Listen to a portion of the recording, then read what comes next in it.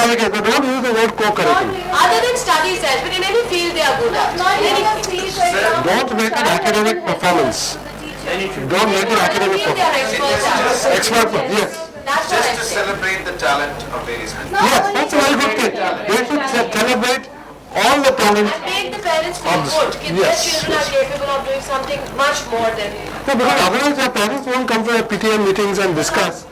Because they say that, okay, we discuss everything, but when the time comes to give awards, you're still giving it to the top achievers. So that again conflicts. If you're going to have a discussion with parents, you've got to tell them that if somebody is a good singer, we are going to honor him as well.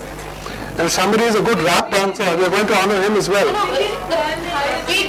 Yes, total individual. You're talking about the parents' involvement. Could we give an award to the fellow who made the most mischief in the class? You. The question always arises that what's the question? How a teacher can give attention to all the children? Why? How does it happen? Why does it happen? This is the main thing, the main focus. So that if you want all the children to be the equal level, you need to sound the number of students. It matters a lot. If you have 40 students in your class, you can't give focus. You can't focus. You can't pay attention. How you turn in the class? And that's why we have a lot of backbenchers, weak students. If you have lesser number of students in your class, trust me, I'll do the same in my arts class and everything. If you have less number of students in your class, they can really go hard. Then you're not that may not. the same achievers. Maybe you have different achievers every year.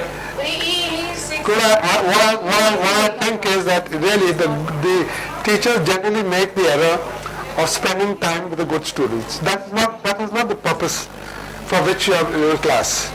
A teacher by his inclination should be really bothered about the backbenches.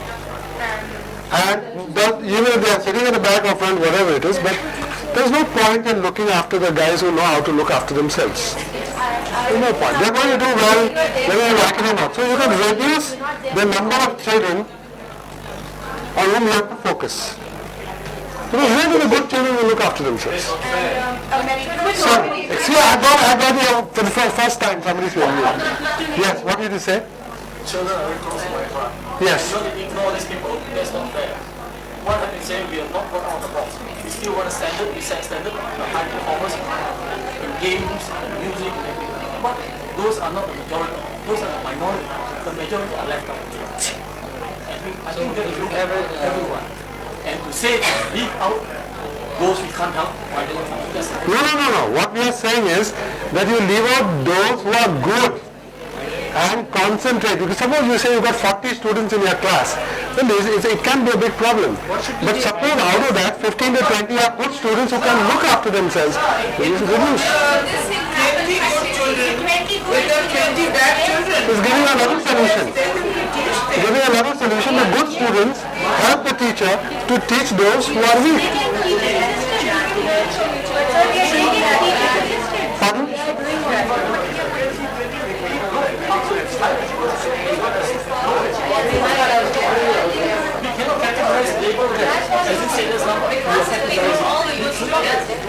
cannot. In my class, I did this thing. If they deal with a set of students, I can leave them at their own. But what happened? Literally, trust me, after 1 month, the girl who used to get good grades, she was getting down. What was that? What did you call this?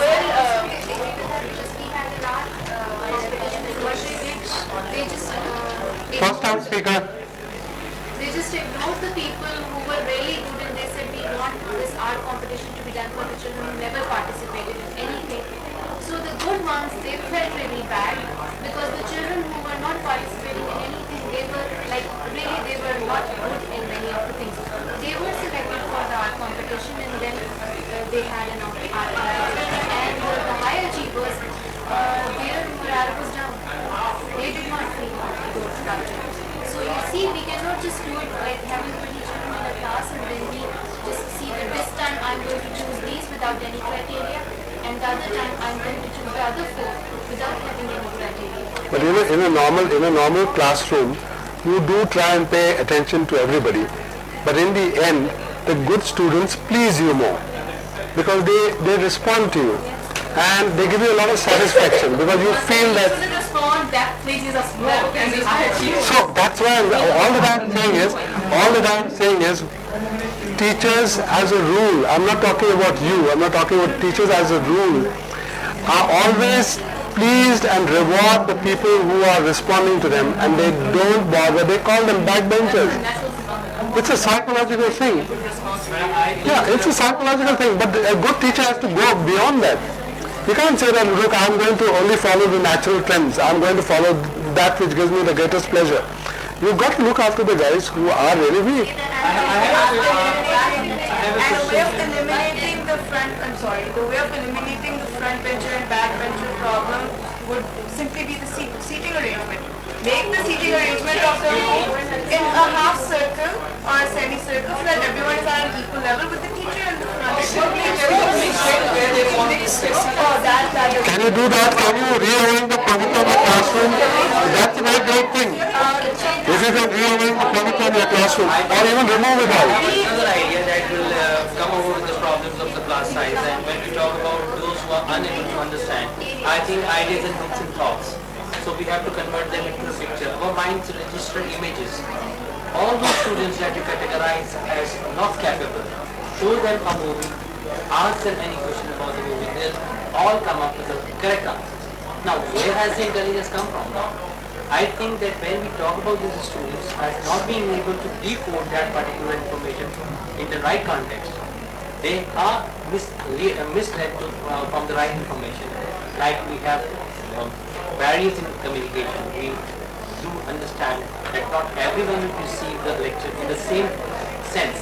So if we try to make the learning methodology in such a way that it's a comfort for all, I'll be given an example of the billboards.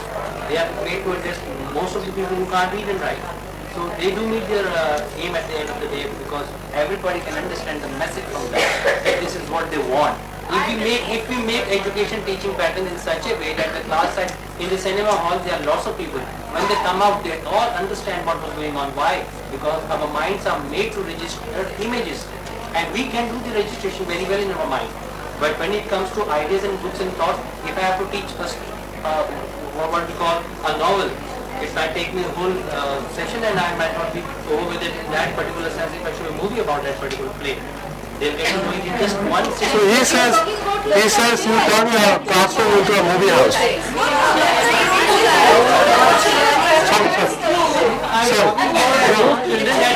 not a bad idea. Then I would have loved to go to a class which was showing movies every day. There's no problem. We do that. Let's not get back. You know what happens when they do that? They want to remain there, they don't want to go to another activity. Every day, that's very good. They enjoy it so much. It's like different learning styles. You use different strategies to take different learning styles. There are some If we have a lot of audio learning aids, I think most of our problems will be solved. Baba, we are trying to say in this classroom that technology is not the issue. Technology is not the issue. You know, you fall back onto technology, you are getting into a problem. If you make learning dependent on technology, aids, what is an aid? How can you even imagine that a child is a child crippled that he needs aid for learning? Scaffolding, I say. Scaffolding is worse. Scaffolding means the entire structure is gone. It needs to be put up all around to hold the building. So it's designed for Excuse me. Yes. I have come to this conclusion that we all are talking, yes, we are discussing various strategies. We are implementing the curriculum that was made for the BSS, and most of us have done the 6C and the CPAD and all the courses, professional courses. Now the thing is that we want a change in the learning style. For that, BSS should arrange meetings, and they should call some people to arrange, yes, We're talking too much right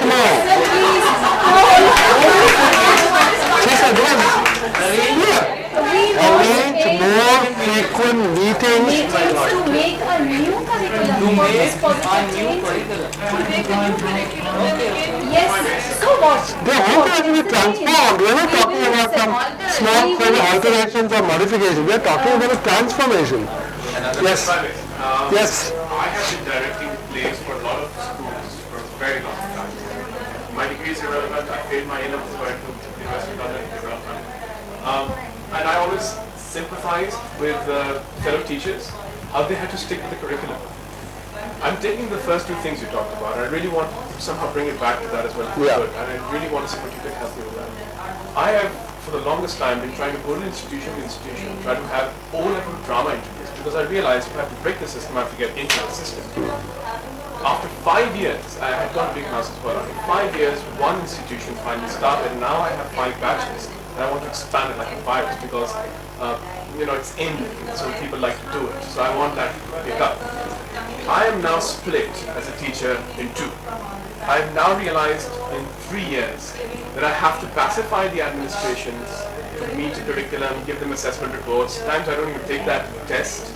And I say, okay, fine, this kid I think is this capable so far, there's a progress. And I want them to see the progress more than the result. And I keep telling the parents the same thing. Do not talk about results. And the second half, I've been talking to the children the same thing as well. Because children like to measure themselves, what grade will I get in O-levels? That's not what my target is. I will agree with one thing that Cambridge has said to me, that these 8 skills you need to learn, or we will be assessing you on, I want to just talk about those skills. So occasionally I've gone into a class where I said, all right, what do you want to talk about? And they talk about war. So I'm fine. When I say war, was the first things that come to mind. These things come to mind. And I think of some script that you might have heard about. Say, this is something that came about, this is something that came about. And kids sometimes create scripts, which is very useful for me because that sort of helps the creativity, but also the examination. But here's my question. At the end of the day, I'm hoping that I will be still working on the skills of the kids, but they will be examined on certain matters.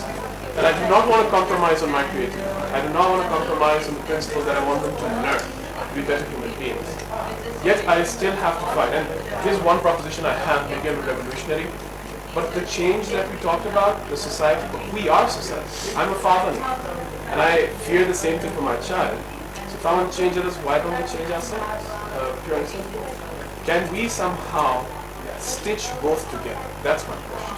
Could I be a better seer that I could be the creativity as well as curriculum? I'll tell you one last thing. It's easy for me. I'm teaching drama. I'm supposed to be creative and ask them, and this is how I do.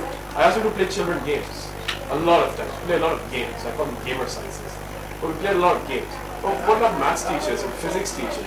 They're really stuck for challenges. I have debates in my class about subjects. But what about a math teacher debating about x equal to y plus c, or e is equal to mc squared? How are we going to debate that? That's the challenge where I really sympathize with my friends. Actually, one of the recommendations which we should make is